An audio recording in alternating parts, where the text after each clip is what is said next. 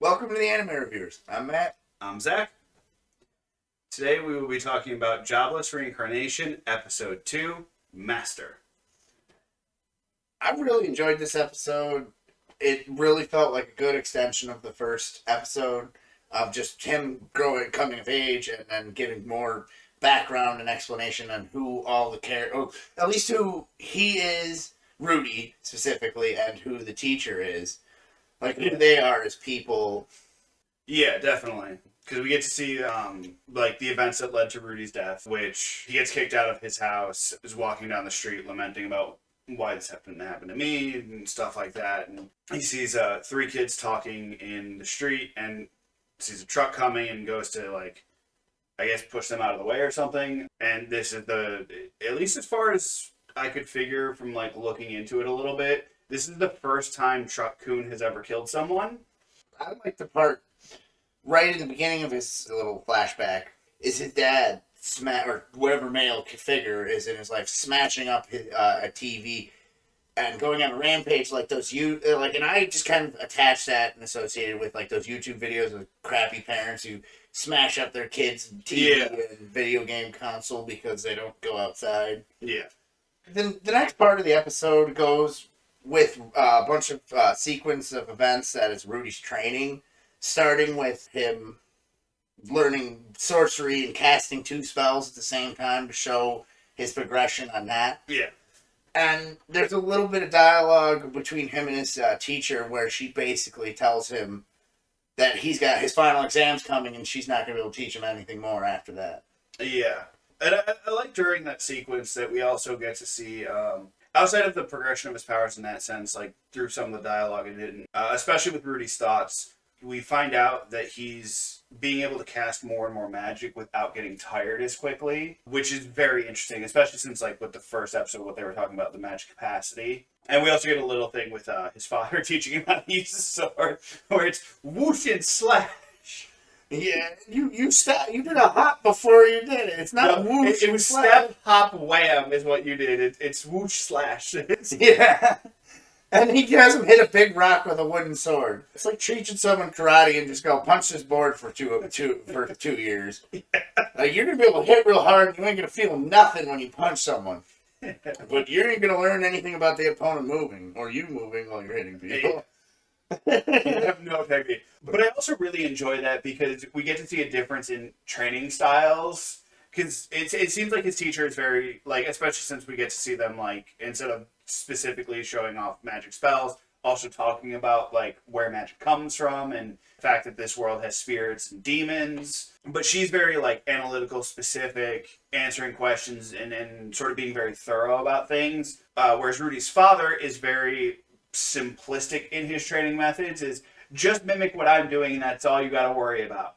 Not how you, especially for sword fighting specifically, proper weight balance, how to hold the sword correctly, what your lead foot should be doing, what your back foot should be doing. Edge alignment, are you just using your arm or are you swinging with your hips and your whole body weight? There's a lot that goes into sword fighting. Yeah, and, don't jump when you're swinging your sword. But just, the dichotomy in the training I thought was really funny. Especially since it leads into Rudy's birthday party. Which is one of my favorite parts, is where you get a simple explanation of the world. I love the world building in this show as just as much as the character development. Yeah. He explains that this world, humans celebrate their birthdays every 5 years, not every year. Yeah. And just how much he enjoyed, and also just his own development where he hadn't had a birthday in a long time. And he'd forgotten how good it feels to have a celebration like that. Yeah. But, at his party, his father gives him the metal sword. Way too big for him, way too heavy. And he admits that. And he admits it. And that was sort of his father's point. Credit to his father. He didn't just give it to him and go, oh, this is your gift, you're great. It's, no, I understand you're too small for this right now. But, his point was that, you need to be prepared to defend those you care about. And then he starts going on a tirade about the differences between sword combat and magic. And it's actually really interesting and more world building as much as it's his own arrogance. Oh, absolutely. And the world building is done in such a great way because especially with the first episode and this, we're seeing that he's very much I can't think of a better word, but sort of a meathead. Like, I'm No, not saying he's not He's intelligent, totally a meathead. but he's absolutely a meathead. He thinks with his muscles rather than his brain. And so we're getting to see that and how that plays out. And the mom sort of cuts him off by doing the back of the head chop. And you can see she doesn't put any. She just stands there and just Yeah, does she a little there, chop. and she gives Rudy a book, and he's really excited. Like, because Rudy's sort of like, when Rudy gets a sword, he has sort of that, thanks, father. Which I love how it's too heavy for him, and it's like if he had a proper training sword, that sword would not be too heavy for him because Yes. proper training sword is actually heavier than the sword you're going to be using. That is correct. But his mom ends up giving him a book. Don't know what specific. They never say what it's on. It just has It's just a book. magic symbols on it, and that's all you really get of it. I'm assuming it's a magic book, and that's. I think it was a book. Wasn't it a book of advanced magics or something like that? It doesn't say. No. We never learn what's in it. It's just a book. But he gets really excited about that, which is why I think it's a magic book. That's what I assume. It looks like the other books he was reading in the last episode. So he gets really excited about that, and then his teacher gives him a wand, which we find out, a wand, its purpose, like it has a magic stone in it, and it's meant to amplify your magic powers. But the other thing, especially when you're your first wand, at least in like learning magic, is your teacher usually gives it to you when you have mastered basic magic.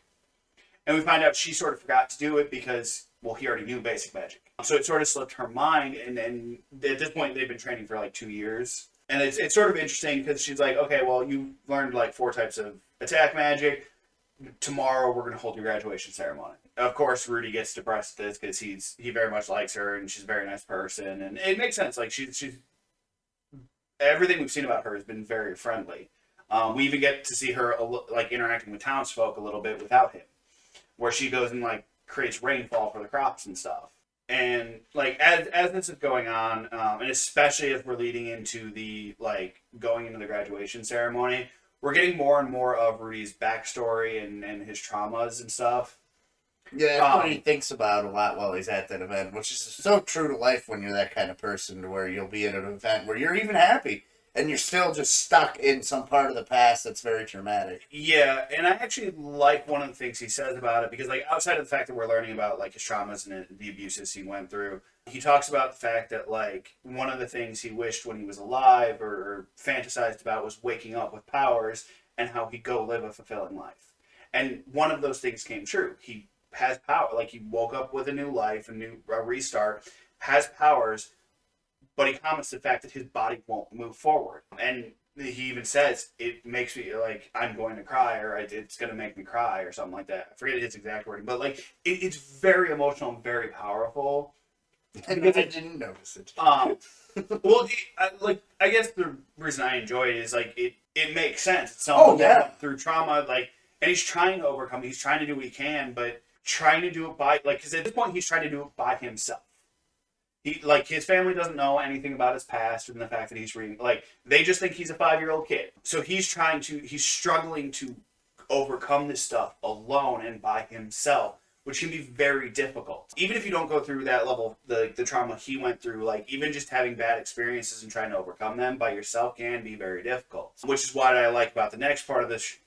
That's why I think the next part is really, really good, which is when his teacher takes him out of the house and out of the town for his graduation ceremony, because he's terrified about doing it. He's like, can't we do this at home? Like, can't we do it in the garden? Like, why do we have to go outside? He's trying to come up with sort of reasons not to go outside, and his teacher's like, no, it has to be outside. No, we have to go outside. No, like, she's not explaining because, but to be fair, she also doesn't understand his trauma. Like, she just thinks he's afraid of monsters and other things that or the horse or something. And they take him out. Like, they put him on the horse and they go out, and he is stuck to him like any 5-year-old would be with their parents going to their first day of school. Oh yeah. He's hiding behind his mom, like holding her. And even when he's riding on the horse with her, when she actually gets him off the property and she takes him through town, he's like glued to her until the townsfolk are like showing appreciation to her, and he realizes that they're not so bad. They're not paying attention to him specifically, at least in the sense of like mocking him. He opens up and he's saying hi to everyone. And you could see like almost as if in his personality you can see like the shackles are just kind of starting to fall away. Yeah, and I think that's so good. It's great character development, and I will say for as quick as it happens, it's done very, very well. You get enough of why he is this way. You get a little bit of him struggling on his own, and then you get to see what happens when you have someone else assisting you. And even though, and like he even mentions it later in the episode, is the fact that like she didn't know she was helping him get over this trauma, but she did it anyways, and it's gonna allow him to now go outside on his own, to maybe not go terribly far at the very beginning. Maybe it's only like, oh, let me go to the neighbors for, milk or something. But he's going to be able to start doing these things and take bigger steps and go on adventures. And now he's able to step forward and go live a fulfilling life, which is what he wanted from the beginning. But after the horse ride and everything, where all that's going on, She takes him to like an empty field outside of town and shows him what is called sacred level water magic, which essentially creates a typhoon. Well, she explains to him the reason why she finally explains to him why they need to do this, because this magic is dangerous. In town, not only could it hurt people, but it could hurt like the crops and the town itself. And then immediately she casts the spell, and it strikes the horse with a bolt of lightning. Yeah. And then she goes, "Can you not tell anyone about this?" Well, initially she freaks out, not knowing what to do. Yeah. He's like, "Cast healing." She's like, "Oh yeah." And then she's like, "Can you not tell anyone, please? Please don't tell anyone." And we get to see Rudy cast it. And Rudy, due to powers of protagonist, does cast the spell, but casts it much larger than she did. Which she comments on, and she's like, I didn't say to make it bigger than mine. Or she said, I didn't say to make it bigger than my demonstration. That's what it was, or something like that. And then she says, "I have nothing left to teach you." And you get a moment where he's got a very sad face, but then he smiles. And it's very clear he is smiling for her more so than himself. He wants, especially since we're getting a lot of his thoughts in the show, he wants her to stay. Because essentially, for all intents and purposes, it's his first friend. And his first friend.